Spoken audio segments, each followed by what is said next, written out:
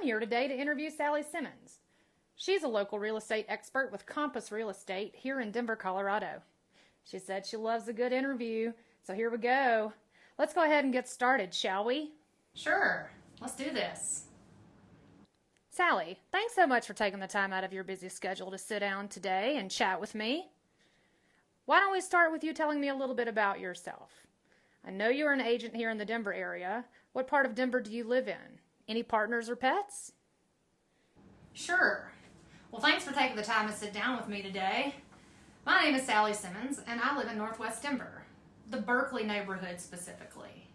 I've lived all over the metro area, though, but I love this part of Denver the best. I've been here for 13 years now, and I've loved every minute of it. I live with my amazing fiance, Virginia T. Coleman, who's an artist, and our little old man dog, Mr. Buddy. Nice. Berkeley is a great part of town. How long have you lived there? We actually bought our house in February 2020, but we didn't move in until the lockdown actually started because we had the kitchen and the bathroom redone. Oh, wow. How was it moving to Berkeley, a usually super cool and walkable area, with it all being closed down because of the lockdown? Well, it's funny that you ask, because that was actually a great time for us. We got to meet a lot of the business owners as they offered to-go drinks and food. We also pushed our little old man, Mr. Buddy, in a dog stroller. So we became recognizable pretty quickly. We have a pet store right around the corner where we were able to get his specialty food, even with it being closed. Well, that sounds like quite the sight. It seems like it really must be with how easily we were remembered. It was not bad, and we actually look upon that time very fondly. I love that you have fond memories of the lockdown. I think that probably isn't the typical way that most people look back at their memories from that time. I noticed a little bit of an accent. Am I hearing that right? Where did you move to Denver from? Yep, I get asked that question a lot, as you can imagine. I grew up in a small town called Cleveland, Mississippi. It is in the Mississippi Delta, home of the blues. We have lots of fertile soil, good people, good food, and good music. I moved from there out to Denver in 2009 and have loved every minute of it. My mom is still in Mississippi, so I go back to visit as often as I can. What made you move to Colorado from the Mississippi Delta? Well, it is about as different as you can get from Cleveland, Mississippi. Colorado has no humidity, so it's a good hair day every day. We don't have many bugs at all, which is so amazing. We have 300 days of sunshine every year, and it actually snows. I love that I have access to so many outdoor recreational activities, a killer music scene, and a professional sports team for literally every single sport. What are your favorite activities to do here in Colorado, and just in general? Everything in Colorado. I'm a big skier. We always get a ski pass and go up as often as we can. It's great to be within driving distance of so many world-class ski resorts. It's especially easy to access them from where we currently live, because we don't have to go through many small city roads to get to the interstate to be on our way. I also enjoy most outdoor things. I love to fly fish. It's super fun, and it's always in beautiful places. I just started taking golf lessons also, so that's another thing that I'm enjoying and can do year-round here. It's also in gorgeous places. I love to go see live music, and we happen to be close to so many amazing venues. I love going to all shows, from the smallest little hole in the wall to the larger ones at Red Rocks, Ball Arena, and the Mission Ballroom. I used to pick what part of the city to live in based on the proximity to various music venues. This is why I lived in Cap Hill for a good long while. From there, I could walk to the Paramount, the Fillmore, the Ogden, and the Bluebird. We didn't let that influence where we just bought this house, though, because we wanted different things, although we can still walk to the Oriental, which is also a great place. Everything else is a short Lyft or Uber away. I'm sure you've seen the drum set in my office. I've been taking drum lessons and just really want to master an instrument. I played the trumpet and band as a kid, but I always wanted to play the drums, but was too small to play the ones I wanted back then. So I haven't given up hope. Still working on it. We also have so many professional sports teams. We try to see each of them at least once during their seasons. We tend to lean pretty heavily towards going to the Broncos games, though, but they are all so much fun. I also really love to cook, and we bought our house mainly for the kitchen, and secondly for the location. We have a lot of cool things here where you can access locally grown veggies and locally grown meats year-round, even when I don't have an active garden. Gardening has also become a recent hobby in the last couple of years, but it's only because I love to cook and eat so much. Lastly, I love a good beer, and we have it everywhere. We can easily walk to 5 breweries from our house. Shout out to my peeps at Emporium, Berkeley Alley, Call to Arms, Flight Co., and the Grateful Gnome. Best beer ever. I believe that encompasses most of the things I love to do here. I'll probably think of a few more later. Those are all amazing things to do here. What's your favorite ski resort in Colorado? Whew, that's so hard. But it would have to be a toss-up between Beaver Creek and Copper Mountain, with Keystone coming in next. Why those specifically, and why in that order? Well, I love Beaver Creek because it has some fun blue runs where I can go fast with some moguls on the side for Virginia to play in. Moguls aren't really my thing, but I will do them with her because she loves them. I also love that there are escalators there instead of trudging up and down slippery stairs. And they have good shopping and great restaurants. It's never as busy as Vail, which is amazing, but don't tell anyone. It's also the furthest resort we'll go to on a day trip. Copper Mountain is one of my faves because it has some fun bowls and also some great places where I can go really fast. I really like to go fast. They also have some fun places to stop and chill. Keystone is fun because it has some long runs. We always do the top to bottom 3.1 mile first when we get there because it's fun and it's a burner. Any day I can ski is a good day though, and it doesn't matter the resort. We like to take trips to places and have been to Alaska, Japan, Montana, and other places just to ski. We have a lot more places on our list to go also. Nice.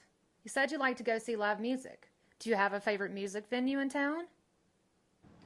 I love to go see live music. It's one of my favorite things to do. A favorite venue in the metro area is tough to pick, but I will have to go with the Mission Ballroom in Red Rocks for a tie. The Mission is the newest venue in town, and they really took the time to think out the plan for the bathrooms and the drink lines. There's never a long line for either. General admission also has seats, which is super awesome if I want to dance and Virginia wants to sit. It's a great place. But Red Rocks, come on. There's nowhere like it on earth. As you take your seat, the sun starts to set behind you while the city lights up in the background behind the stage. The wind is usually lightly blowing, and you cannot beat the feeling. Almost can't even find the words to describe its awesomeness. I couldn't agree with you more on the venue choices. You said you enjoy cooking. Do you have a favorite style of food you like to cook? Well, as you can imagine, with my Mississippi Delta roots, everything I cook has a southern lean. I love to cook southern cuisine because I love to eat it. It's hard to find here. Don't fry anything much these days like I did in Mississippi, but I still know how to. I can fry a mean piece of chicken and a pork chop. Most days of the week, you can find me with the sous vide, smoker, grill, oven, stovetop, air fryer, Instant Pot, dehydrator, or any other device you can think of at work cooking at our house. Now that we know a little bit about you and what makes you tick, what made you get into real estate? When I moved out here, I worked in a couple of different business-to-business sales jobs. I enjoyed those for the most part.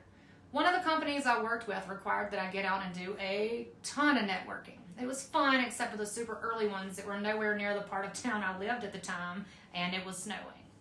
When I was there, I met some pretty amazing gals that are agents and also a lender. We met up week in, week out to discuss what we were there to market in the group and became friends. They told me over and over again that I should get into real estate, but I didn't listen in. It sounded super scary. No salary? What? Instead, I went to another company that sounded super fun, selling funny t-shirts to resorts all over the world. I traveled all over with that job, and I liked it, but I wasn't passionate about funny t-shirts. You can truly only have so many, especially after you realize that every resort, zoo, and airport has the same shirt with only the name of the place, location changed. They let me go because I didn't meet my quota. You're truly just a number in sales jobs, and if you aren't meeting their numbers, you're out. Well, at that point, I decided I should take the leap. Helping people find their place in the city sounded great to me.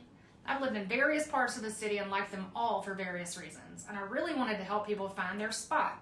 So I signed up for classes, took them all in about 6 weeks full-time online, and passed my state and national tests right out of the gate.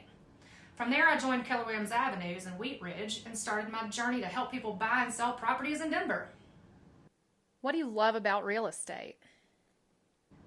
I love meeting all of the different people and seeing all of the different houses they like in the different parts of town and the reasons behind why they like them. I love the different challenges that I encounter in every situation because none are exactly alike. Each one requires a different sort of problem solving and it is never a dull moment. I learn something new with every client and transaction and am growing from each one. In addition to that, I love that I can take classes to specialize in different aspects of real estate and never become stagnant. I actually just completed my GRI designation, which is the Graduate Realtor Institute's designation for completing a lot of classes to learn more in-depth info about how to be a better agent. I'm currently working on getting my CRS, which is a Certified Residential Specialist. I just keep trying to learn and be better with every client and transaction. The people I've helped and friends I've made in the process make me feel very lucky to be able to do this as a career. That all sounds very worthwhile. What have been some challenges that you have faced in real estate?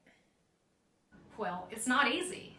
The one thing I realized when I started is that real estate school does not teach you anything about doing real estate. So there was some trial and error like anything else. There still is, but I love everything about it. I know how many square feet are in an acre. Do you? 43,560. I've literally never had that come up in any situation, but I'll never forget it. In the same breath, I've had some interesting clients. I've also had some interesting agents on the other side. I just do whatever I can in the process to mitigate any misunderstandings and keep everyone focused and happy. That's great. Do you have any funny real estate stories to share? I actually have several, but the one that stands out the most is when I was showing a cool house in Applewood to a couple who was in town house shopping for the weekend. We had as many showings as we could get set up to see homes that day. The first 5 were totally normal. The 6th was way different. I opened the lockbox that was on the gas meter since it wouldn't work with the door handle that was on the door. We all walked over for me to open it. Well, I always start with a knock just in case someone's home. Knock, knock, nothing. Okay, I proceed to opening the door. We walk in and start looking at the house. Kitchen, cute and modern, nice. My buyers were opening up a cabinet here and there, as all clients do. All of a sudden, this lady walks out in her panties and a small shirt on the phone yelling at us. Try to reason with her, I show her the showing confirmation, the lockbox code, gave her my card to explain who I was. She was not having it. We left immediately and I'm pretty sure her agent got an earful after that. Needless to say, we did not write an offer on that house. Wow, that's something else. I know the news keeps focusing on interest rates and inventory problems. What would you say to people looking to buy or sell or invest in real estate right now? Well, I would say this. If you are even remotely thinking of buying, selling, or investing in real estate now, it's a good time. If you can afford the payment on a home that's price has been reduced from the highs of this time last year, now is the time to pounce. We are not expecting a crash. If you are comfortable with the payment now with the current interest rates, imagine how great it will be when you refinance into a lower one. In the same breath, if you ask, Sally, what if interest rates don't go back down for us to refinance? Great question. You still get a house locked in at a lower rate then. Simple. Thinking of selling? Houses that are staged are still selling within a couple of weeks. Some are still going the first weekend. You need a professional on your side. So call me and let's chat about what that looks like. There are lots of great tools that you can use on the sell side to get the right buyer in your house and keep them happy. Watch more of my videos to learn more. Thanks again, Sally. It's really been a pleasure. Thanks for having me.